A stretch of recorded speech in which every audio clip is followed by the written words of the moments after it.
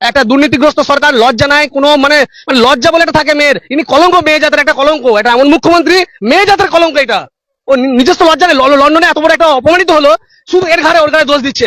চুরি করলো তোর মন্ত্রী জেলে গেল আর বলছে বিজেপি করেছে, সিপিএম করেছে, সিপিএম করেছে, বিজেপি করেছে। চুরিটা কে করেছে? চুরিটা বিজেপি করেছে?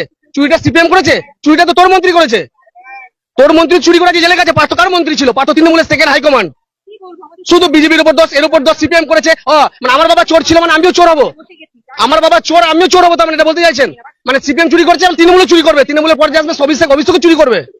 আজ উনি তো একটা মা, উনি তো একটা, আজ ওর বেটা যদি অভিষেক আজ এরকম করে ইয়ে হয়ে যায়, চুরির দায়ে যদি জেলে চলে যায়, কেমন লাগবে? মায়ের খারাপ লাগবে? নিজের বেটার বেলার বেটা, আমরা বেটা নয়, আমরা পরের ছেলে।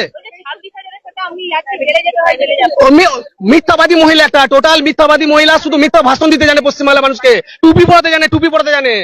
মিথ্যাবাদী মহিলা একটা, টোটাল মিথ্যাবাদী মহিলা। ওনার কথা বিশ্বাস করবে না, যে ওনার কথা বিশ্বাস করছে সে জলে গেছে। উনি এত বড় একটা মিথ্যাবাদী মহিলা, ওনার পাশে আছে জেলে গেছে, কেন ঘুরে বেড়াচ্ছে? উনি তো জেলে গেলার প্রশ্ন করবো না? উনি তো কারো কথা নেন না, উনি কারো কথা নেন না, পুরো একজেদি মহিলা, কারো কথা নেবে না। উলঙ্গ রাজা বলে না, রাজা উলঙ্গ কে বলবে? কাপড় নাই। ওনাকে কেউ ভয় বলতে পারে না। যেমন কংগ্রেসে ছিল Sonia Gandhi, one and only madam, ওকে ভয় কেউ কিছু বলতে পারতো না। সেই রাজ্য তো কায়েম করছে, যে আমার উপর যেন কোনো কথা বলতে না পারে। আপনি জিজ্ঞাসা করুন নিচুতলা কর্মী বলে, যতক্ষণ না আমাদের মাননীয় কিছু বলবে ততক্ষণ পর্যন্ত আমরা অ্যাকশন নিতে পারবো না। মানে উনার মানে ইশারা ছাড়া একটা গাছের পাতা। পার্থ চট্টোপাধ্যায় যেই গন্ডগোলটায় যুক্ত, এটা দলের কাছে অনেক আগে থেকে খবর ছিল। বলছো কি? পার্থ চট্টোপাধ্যায় তিনি বা তার নাম করে কেউ কেউ টাকা তুলছেন, এটা তার অনেক আগে থেকে এটা দলের কাছে খবর ছিল। এটা 2021-এর ভোটের আগে থেকে খবর ছিল। সেই কারণেই মূলত পার্থ চট্টোপাধ্যায়কে শিক্ষা দপ্তর থেকে দেওয়া হয়নি।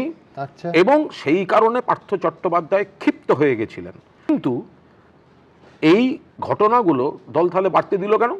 এবং 2021 সালের আগে আমাদের দলের কাছে স্পষ্ট খবর ছিল এই পার্থ চট্টোপাধ্যায় বিপুল টাকা তুলছেন, এবং কোন কোন লোকের মাধ্যমে তুলছেন, কোন জেলায় তুলছেন, এই খবর পর্যন্ত কিন্তু ছিল।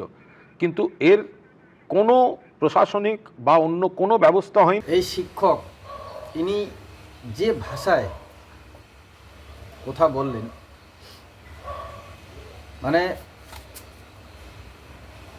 ভিতর থেকে এনাকে সাপোর্ট করার মন করলো, যার জন্য আমি এনার বক্তব্যটাও তুলে ধরলাম। এবং 1/5/2024 কুণাল ঘোষ এবিপি আনন্দে যে সাক্ষাৎকারে বলেছিলেন সেই বক্তব্যও তুলে ধরলাম। কারণ এই শিক্ষক বা ভদ্রলোক বললেন যে কতটা নির্লজ্জ হলে বা আমাদের মুখ্যমন্ত্রী নির্লজ্জ। কারণ ওনার মন্ত্রী, ওনারই সব পেয়াদা চুরি করে বসলেন, এবং কুণাল ঘোষের কথা মতে 2021 সালে যার জন্য ওনাকে শিক্ষা দপ্তর দেওয়া হয়নি, কিন্তু তারপরেও ওনাকে বহাল তবিয়তে মন্ত্রীপদ দেওয়া হয়েছিল। তো এটা অ্যাকচুয়ালি নির্লজ্জ যদি হয় কেউ, তারাই এভাবে করতে পারে। এবং এখন অবধি কিন্তু মুখ্যমন্ত্রী কোনো সময় বিজেপি, কোনো সময় সিপিএম, বা এখনও বলে যাচ্ছেন যে কোন রাজ্যে, এবং যদি সেটা এখন বিজেপি শাসিত হয় আরও ভালো করে বলছেন যে সেখানে কোন কোন বিচার পাননি, কারা কারা বিচার পাননি, কত কত স্ক্যাম হয়েছে, সব কিছুই তুলে ধরছেন। জানি না, যার জন্য হয়তো এই ভদ্রলোক বললেন যে আমার বাবা চোর হলে কি আমিও চোর হব? কেন বাইরের রাজ্যে ওরকম হচ্ছে বলে, বিচার পাচ্ছে না বলে, দুর্নীতি হচ্ছে বলে, তার থেকে আমাদের বাংলাকে এগিয়ে রাখতে হবে, এটাই কি বলতে চাচ্ছেন? তো এসব ভাষা একটু নির্লজ্জ টাইপেরই হয়। এবং যেখানে দলেরই কুণাল ঘোষ বলছেন, এবং এই ভিডিও সোশ্যাল মাধ্যমে ভাইরাল, এগুলা শোনার পরেও, জানার পরেও একের পর এক মন্তব্য করে যাচ্ছে। তো যার জন্যে এই শিক্ষক যে ভাষায় বললেন, কোথাও না কোথাও আমার এনার বক্তব্য খুবই ভালো লেগেছে এবং যুক্তিযথ।